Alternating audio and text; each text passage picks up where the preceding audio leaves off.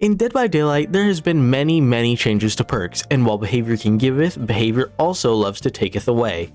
We sometimes get really insane perk buffs that can bring forgotten or hyper niche perks to the forefront of tier lists, and while that is the case most of the time, sometimes there are times where behavior will commit full-on assassination and leave a perk for dead. So in today's video, let's take a look at what I believe to be the biggest nerfs this game has seen. Now what I mean by big nerfs is perks that were once on top of their game and easily outclassed everything else in that same category, but this one nerf made them basically unusable or just outclassed easily by other similar perks. This isn't a video in any sort of list order, and some of these nerfs were worse than others, but deservedly so. So let's start with the first one, that being Iron Will. Iron Will is a perk that has been in Dead by Daylight since the very beginning and has had such a simple yet strong ability. While injured, your grunts of pain are 100% quieter, so while injured you would no longer be groaning and moaning, which is a really nice buff. Sound is something I'll always say is a huge underrated part of the game, and being able to basically become entirely silent while you're looping and mind gaming makes it so much harder for the killer. This perk started seeing some controversy as Dead by Daylight started becoming more competitive, as a perk that has no real requirement to activate other than being injured and makes your ability to loop stronger surely isn't an issue, right?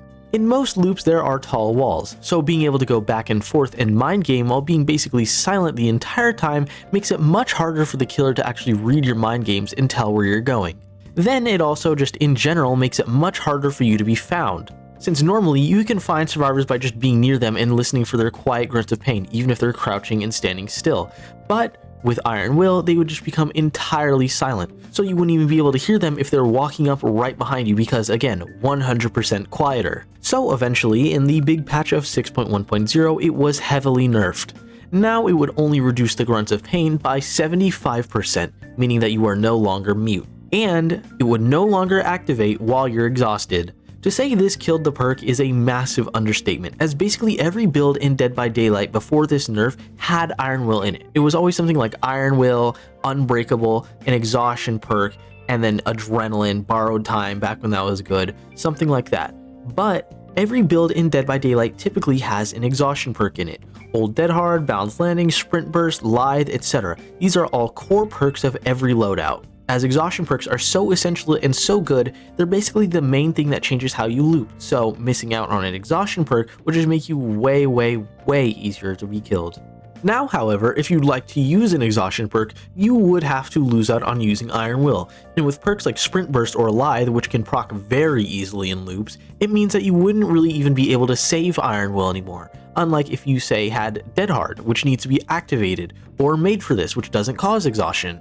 There's also the fact that this is essentially the only perk that could counterplay the Spirit, which caused a lot of drama a few years back, and if you remember that whole ordeal, you deserve a medal. Sticking with the old Falling from Grace, next up will be Ruin. Ruin, again, is a perk that has been in the game for a very long time, with two different versions of it. The first one being that whenever you hit a good skill check on a generator, it would lose progress. This eventually got reworked to be the one we have today, that being that when a survivor isn't working on a generator, it would begin to regress automatically. However, again, in patch 6.1.0, it was nerfed into oblivion. Seriously, I feel like whenever I do research into these videos and see 6.1.0, I just know that's when we transition from old Dead by Daylight to modern Dead by Daylight. In 6.1.0, Ruin was nerfed to regress generators at 100% speed, which is, not too bad. It's the same speed as when you kick a generator instead of the 200% you used to be, but that's still manageable. That's free regression. However, they then add it so that whenever the first survivor is killed, this perk will automatically shut itself down. This is ultimately what really killed the perk. In most games, your first survivor will die when there's like 2 or 3 generators left, and 1 or 2 of those will be at 50% or more progression, and you really need to pressure generators a lot. But now you've lost out on Ruin. I honestly never really felt like Ruin needed a harsh nerf like this because, 1. Using it means that you cannot use perks that rely on kicking generators like Pop Goes the Weasel, Eruption, Call of Rhine, Dragon's Grip, etc. Since the generator is always regressing, you can't kick it and apply generator kicking perks. And 2, do Bones.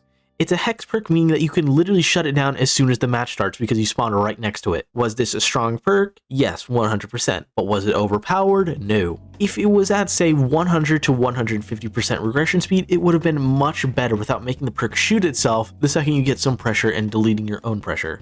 Let's talk about a change that is super recent, and while it didn't exactly kill the perk, it definitely made it go from number 1 all the way to around the middle of the list, that being Dead Hard. Now, Dead Hard isn't exactly dead per se like the other two, but saying that the most recent nerf didn't heavily affect it would be a massive lie.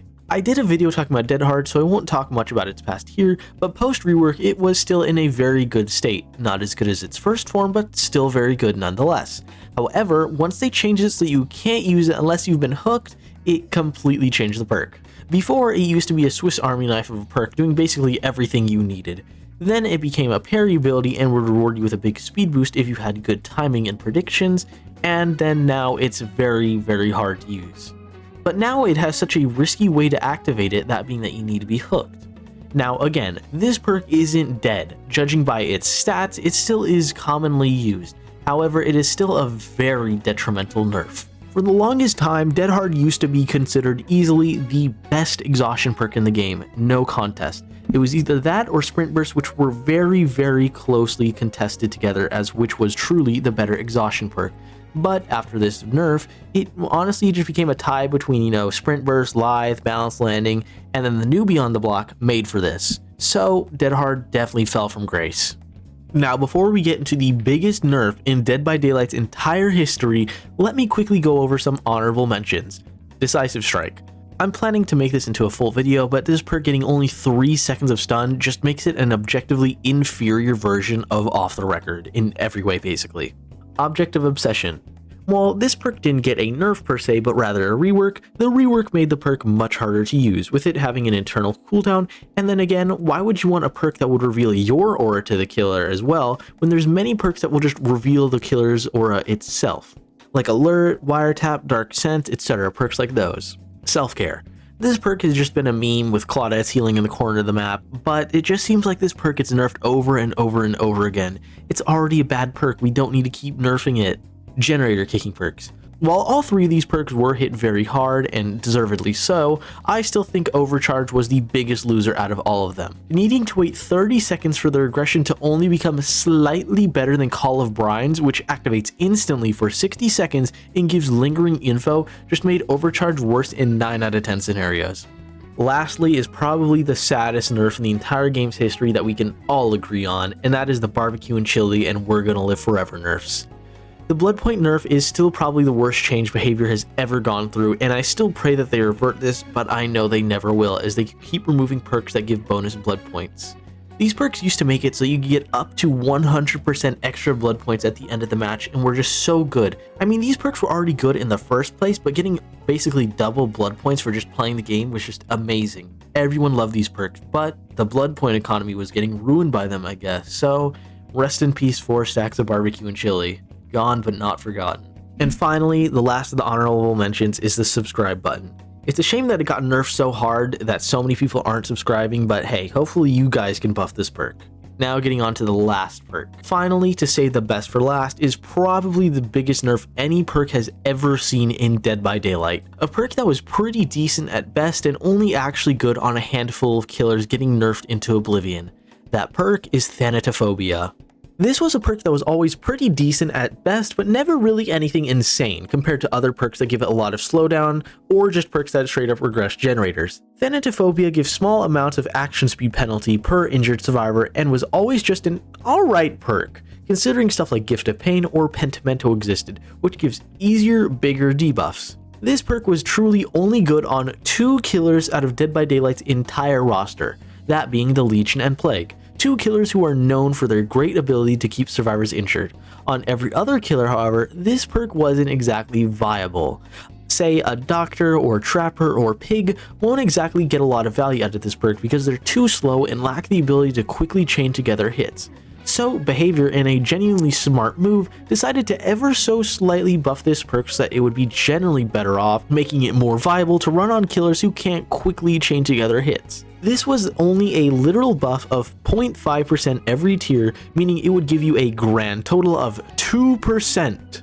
Keep this in mind. So this perk gets a very slight buff to become a more general perk, and the community seemingly likes it, right? Well, about that, this buff lasted 2 weeks before it got nerfed into oblivion.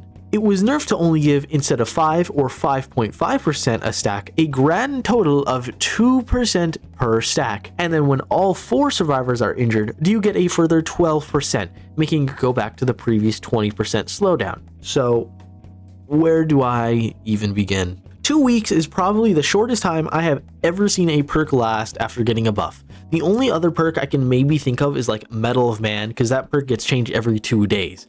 But this just made the perk again worse, if not impossible to use if you're not a killer that is Legion or Plague. So they intended to make the perk slightly better for everyone, but then noticed that 2 whole % is too much for Trapper or Hillbilly to use and decided to make it unusable for everyone, while making it still, achievable for killers like Plague and Legion. But scratch that.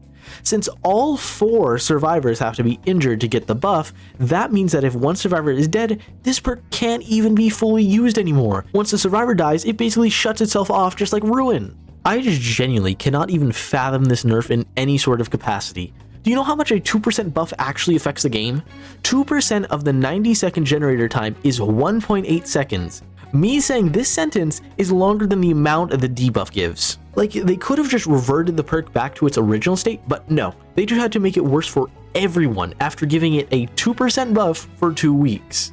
My theory for what happened is they noticed that the perk combo of Thanatophobia plus Pentimento was going around, which at max power would give a 52% speed decrease to repairing generators, which is a big no-no obviously. So then you would have Pentimento, which has a hard ability to set up and an easy ability to remove that gives a 30% reduction to generators at 1 stack.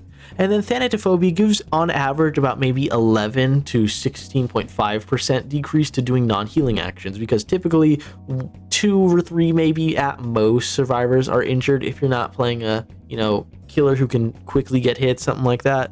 But then Behavior, in their brilliance, just decides to completely obliterate Thanatophobia for no reason besides it just existed. Hell, it still is sort of decent and usable for the 2 killers it was always good on, so did it really accomplish anything?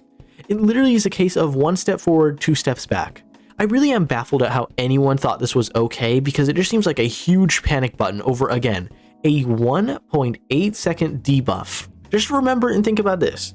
Behavior nerfed Thanatophobia into the ground over a 2% repair speed debuff, but a 3% haste speed buff for all survivors, perfectly fine. Originally this was going to be a top 10 video, but I couldn't really decide how to tier it, so maybe you guys could put in the comments what you would rate as the biggest nerfs, as I would love to see it. I read all the comments, so I would genuinely see all of them. But with that, I think I will call it here, and here's hoping the Alien chapter brings more cool buffs to the table as the game desperately needs it. I am Donut Boy signing off. Take care of yourselves and have yourselves a damn good one. Peace out.